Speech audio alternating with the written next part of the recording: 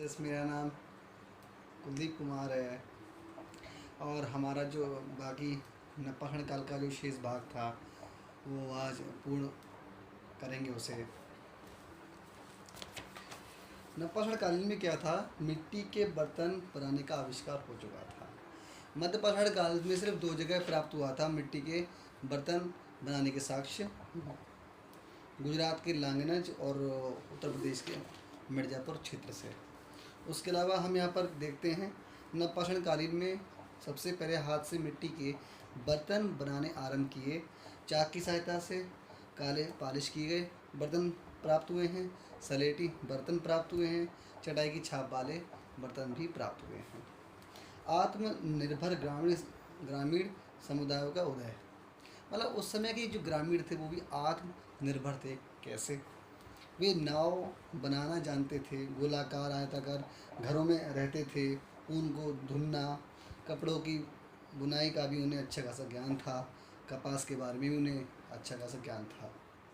श्रम का लिंग व उम्र के आधार पर विभाजन, ये बेटा बहुत इम्पोर्टेंट है। इसमें बुर्जाहोम जो है वो बहुत पूछता है, उसकी लोकेशन पूछता है कि बुर्जाहोम कहाँ पर था। कश्मीर में एक जगह थी बुर्जाहोम जहाँ पर गुफर काल गर्तावास था, मतलब ज़मीन के अंदर नीचे गड्ढे होते थे जहाँ पर लोग रहते थे, निवास करते थे।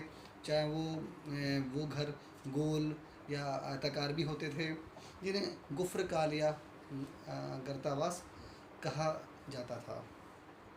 और वहाँ पर घरेलू कुत्तों को उनके मालिक के साथ दफनाने के साक्ष्य प्राप्त हुए हैं। अगर हम यही बिल्कुल समान अवस्था दक्षिण भारत में देखते हैं तो कर्नाटक के मस्की, ब्रह्मागिरी, पिकलीहल, जहाँ से मवेशियों को चराने के साक्ष्य प्राप्त हुए हैं या प्रमाण मिले हैं। बुदिहल, जहाँ से सामूहिक भोजन की साक्ष्य प्राप्त हुए हैं, मतलब एक दावत उस समय होती थी, जैसे लंगर व्यवस्था होती थी उसी प्रकार से।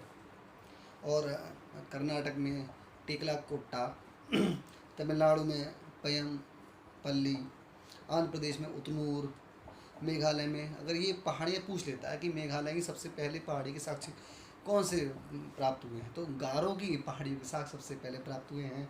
बिहार में चिरान से क्या प्राप्त हुआ है, हड्डियों और विशेषकर सींगों से बने औजारों का प्रयोग उस समय होता था, उसके भी प्रमाण वहाँ से मिले हैं। तक्षशिला के पास पोटवार पठार पर सराय खोला, अमरी, कोटडीजी और मेहरगढ़ एक ऐसा क्षेत्र था जहाँ नवपाषाण कालीन सबसे पहले कृषि के साक्ष्य प्राप्त हुए हैं। इसे बलूचिस्तान की रोटी की टोकरी भी कहा जाता था। यह आज वर्तमान में पाकिस्तान का एक प्रांत है। बेलन घाटी में कोल्डवा, ये इलाहाबाद के पास का क्षेत्र था। विश्व में सबसे पहले चावल के प्रारंभिक साक्ष्य यहाँ से प्राप्त हुए हैं, कोल्डवा से। चौपानी मांडो, बेलन घाटी, यहाँ से मिट्टी के बर्तनों के प्रयोग के प्रमाण प्राप्त हुए हैं।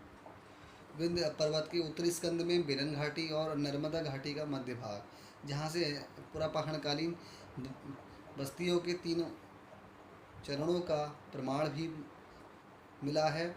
इसके बाद मध्यपाषाणकालीन और नवपाषाणकालीन बस्तियों के भी प्रमाण यहाँ से मिले हैं। आखिरी अब हमारी यहाँ पर क्लास पूरी नवपाषाणकालीन, मध्यपाषाणकालीन और पुरापाषाणकालीन पूरे तीनों काल यहाँ पर समाप्त होते हैं। जिस प्रकार से हमारा पाषाण काल पूरा इतिहास पाषाण काल का समाप्त होता है। अब हम अगली क्लास में देखेंगे ताम्रपाषाणकालीन। ये बहुत इसमें आता है बच्चों की, सबसे पहले किस धातु की खोज हुई थी, तांबे की, लोहे की या कांसे की। तो सबसे पहले बच्चों, जहाँ तक मैंने इतिहास में देखा है, पढ़ा है या अनुसंधान किया है, तो इसमें तांबे की खोज सबसे पहले हुई थी। ये प्रश्न बहुत बार भी आ चुका है एग्जाम में। तो ताम्र युग के बारे में हम अगली क्लास में देखेंगे। धन्यवाद।